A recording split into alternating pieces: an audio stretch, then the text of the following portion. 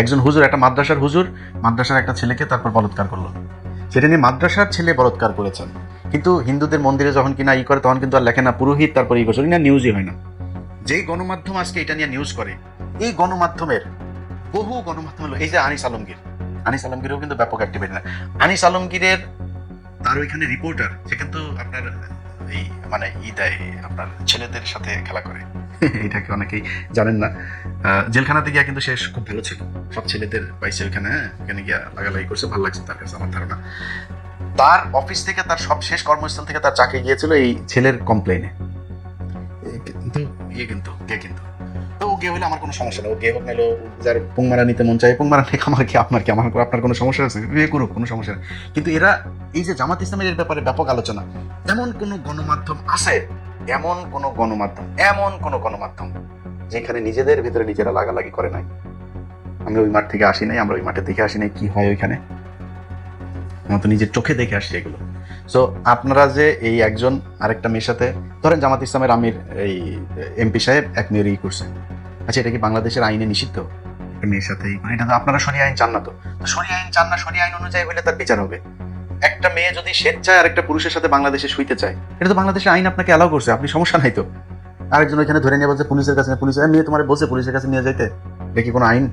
কিন্তু এখন যে পরিস্থিতি তৈরি করা হয়েছে, মনে হয়েছে এটা বিশাল বড় অপরাধ। এই একই অপরাধ যখন গণমাধ্যমের কর্মীরা করেন, বাংলাদেশের এমন কোনো জায়গা আছে রে ভাই, পুলিশ বলেন, আর্মি বলেন, আর্মির ভিতরে এরকম শুনেছি যে বউ পাল্টায়, জানেন? এটাই বাংলাদেশে ঘটেছে, এই বাংলাদেশে। এবং আপনার না যায় না, আন্দাজে বলছি না, খুব কনফার্ম হয়ে তারপরে বলছি। সাতক্ষীরা জামাত ইসলামের এমপি সাহেবের ঘটনা আপনারা সবাই দেখেছেন। গেল 2 দিন ধরে তার এই ভিডিও নিয়ে যদি কনক্লুশনে আসি, তাহলে বিষয়টা এরকম দাঁড়াবে যে ইয়েস, এই ভিডিওটা সত্য, তিনি অপরাধ করেছেন। তার এই এখন সে বিয়ে করেছে বা বিয়ে করবে, ওই মেয়ের সাথে যে ঘরের ভিতরে যেটা নিয়ে কয়েকজন আপনার বাকবিতণ্ডা করছে, সেই ভিডিওটা দেখে আমার যেটা মনে হয়েছে যে মেয়েটা স্বেচ্ছায় তার সাথে গিয়েছে, এবং সম্ভবত বিয়ে হয়তো হয়েছে বা বিয়ে করতেও বোধহয় ওই মেয়ের কোনো সমস্যা নাই, এরকম কিছু একটা। কিন্তু তারা যেটা করেছে সেটা গোপনে করেছে, গোপনে আরেক জায়গায় গিয়ে করতে চেয়েছে। তো এটা বিবাহ বহির্ভূত হোক বা বিবাহ করেই হোক, যেটাই হোক, জামাত ইসলামের একজন নেতা যেটা করেছে এটা অপরাধ। অন্তত জামাত ইসলামের কাছে এটা বাংলাদেশের মানুষ আশা করে না। আমার বেশিরভাগ ফলোয়ার, আমাকে যারা পছন্দ করে, আমি যদি বিএনপিকে ধরি, বিএনপি আমাকে এই মুহূর্তে যদি, যেহেতু আমি তাদের একটা অবস্থান নিয়েছিলাম নির্বাচনের সময়, তারা আমাকে হয়তো এখন 80 ভাগ বা 90 ভাগ মানুষ আমাকে পছন্দ করে। বাদ বাকিরা, তাদের আমার প্রতি ক্ষোভ আছে, অভিমান আছে, অভিযোগ আছে।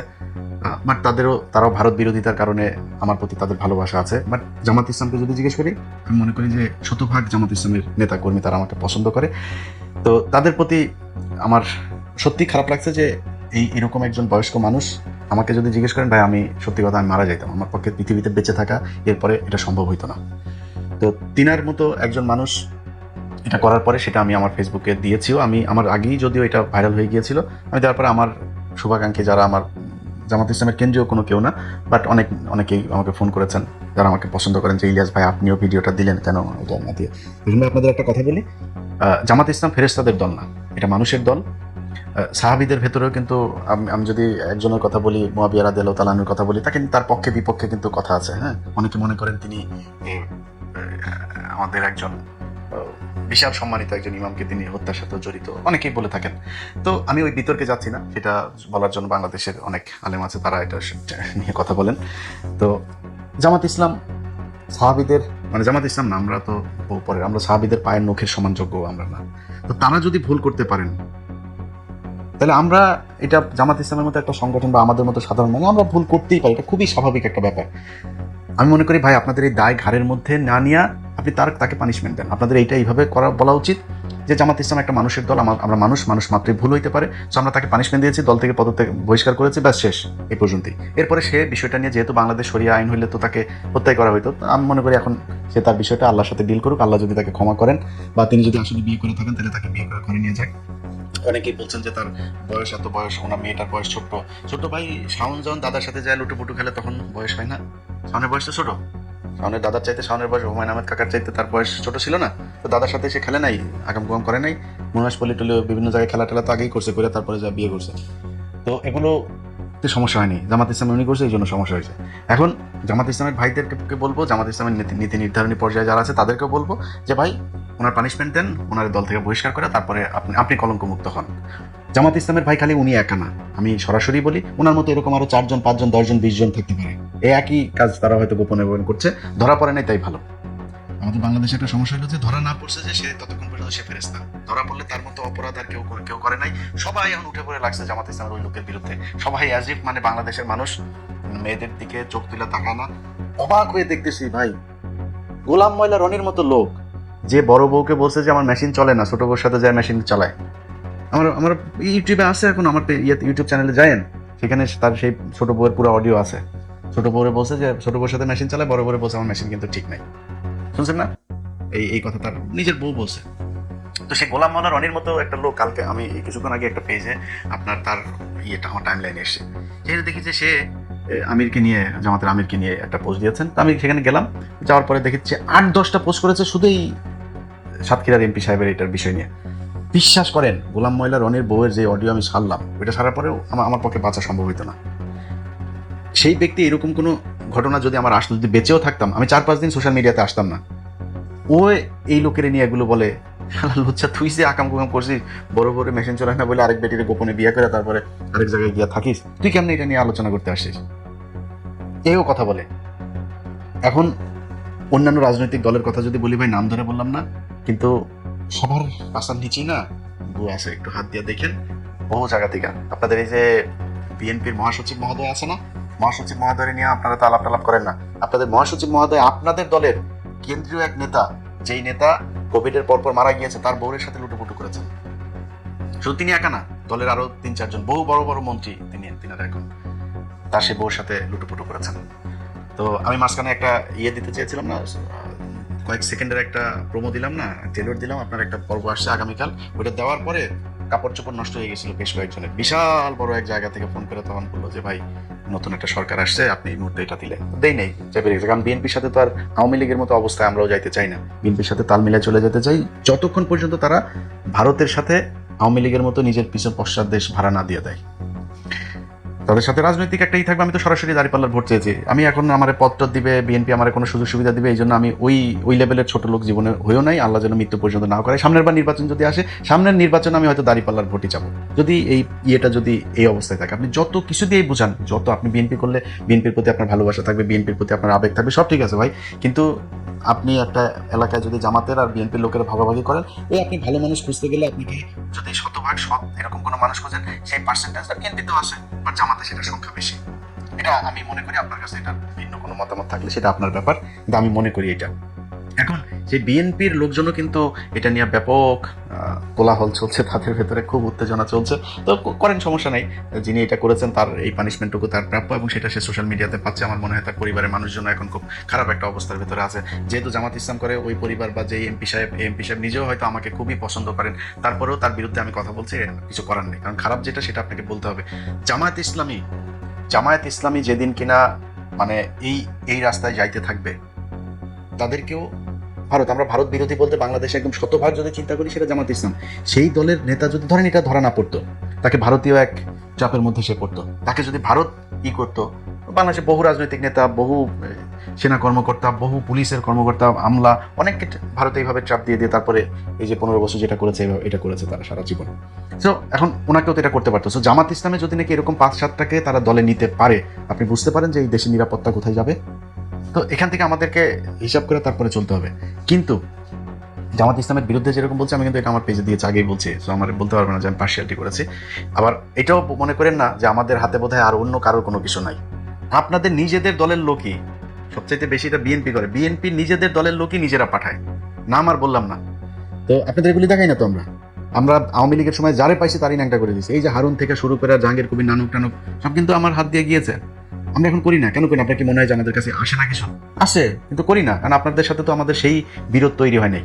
কারণ আপনি যখন দেখবো আপনি দেশের বিরুদ্ধে অবস্থান নিয়েছেন, ভারতের পক্ষে কাজ করবেন, ওই দিন দেখবেন ইলিয়াসের কাছে কার কারটা আছে। আপনি ফেসবুক বন্ধ করে দেবেন, ইউটিউব বন্ধ করে টিকটকে যায় ছাড়বো, টেলিগ্রামে ছাড়বো, হোয়াটসঅ্যাপে ছাড়বো, কয় দিকে আটকাবেন আপনি?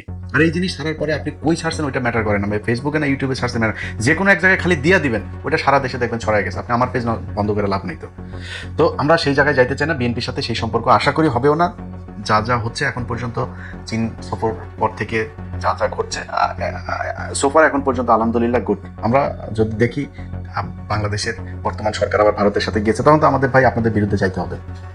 সিদ্ধান্ত আপনাদের, আপনারা যেরকম করে আমার পদ দেওয়ারও দরকার নেই, আমার আপনার সুবিধা দেওয়ারও দরকার নেই। আমার জীবনে ভাই মানে হাজার হাজার কোটি শত শত কোটি টাকার মালিক হওয়ার ইচ্ছাই নাই, আপনি আমার করবেন কেন? আমার আমি চলাফেরা চলতে পারি, আমার যা খাইতে মনে চায়, ঘুরতে মনে চায়, যেটা কিনতে মনে চায়, আলহামদুলিল্লাহ আমি একটু চললেই হয়েছে। আল্লাহর কাছে খালি বলি যে আল্লাহ আমাদের চলাই নিয়ে যাও, আটকায় দিও না কোনো জায়গায় গিয়ে, যেন কারোর কাছে হাত না পাত্তায়। এর বাইরে কোনো কিছু না। আপনার কাছে আমি কিছু চাই না, জাস্ট ভারত থেকে দূরে থাকতে হবে আপনাকে, এর বাইরে কোনো কিছু নেই।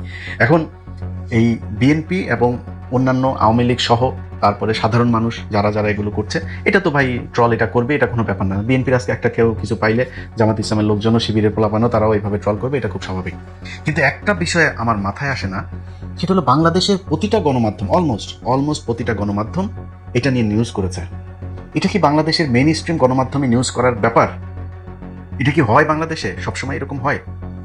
আপনারা কি মানে আমি ধরেন আওয়ামী লীগের সময় হারুনের টুনটুনি দেখানো হয়েছিল না? হারুনের টুনটুনি যখন দেখালাম আপনারা সোশ্যাল মিডিয়াতে নিউজ করছিলেন। জাহাঙ্গীর কবির নানকেরটা বের করার সময় নিউজ করছিলেন আপনারা সোশ্যাল মিডিয়াতে। পরিমণি যখন কিনা ওই যে সাকলাইনটা নিয়ে করলো, তখন আমি ভিডিও ছাড়লাম, তখন আপনারা নিউজ করছেন কি ইলিয়াসের হাতে কিভাবে গেল এই ভিডিও। আপনারা কিন্তু ওইটা নিয়ে নিউজ করেন নাই, আমার এইভাবে কি। কিন্তু এখন জামাত ইসলামের একজন এমপির বিরুদ্ধে এটা হওয়ার পরে প্রতিটা নিউজ, প্রতিটা গণমাধ্যম অলমোস্ট শুধু নিউজ করেই নাই, ফলো আপ নিউজও 4টা 5টা 10টা 15টা পর্যন্ত ফলো আপ নিউজ করছে, এরকম গণমাধ্যম আমাদের দেশে আছে। তো আপনারা না ব্যক্তিগত আক্রমণ থেকে নাকি আপনারা বেঁচে থাকেন, এগুলো নাকি ব্যক্তিগত বিষয়। তো ব্যক্তিগত আক্রমণ করে না, ব্যক্তিগত আক্রমণ জামাত করলেই তখন খালি ব্যক্তিগত আক্রমণ করা যায় নাকি, অন্যদের বেলায় আর করা যায় না? জামাত ইসলামের নেতাদেরকে মিথ্যা আপনার বানায় বলছেন যে তারা নাকি এই মতিউর রহমান নিজামী হরিণ এনেছে, নিয়ে তারপরে পাকিস্তান ক্যাম্পে নিয়ে আসতো।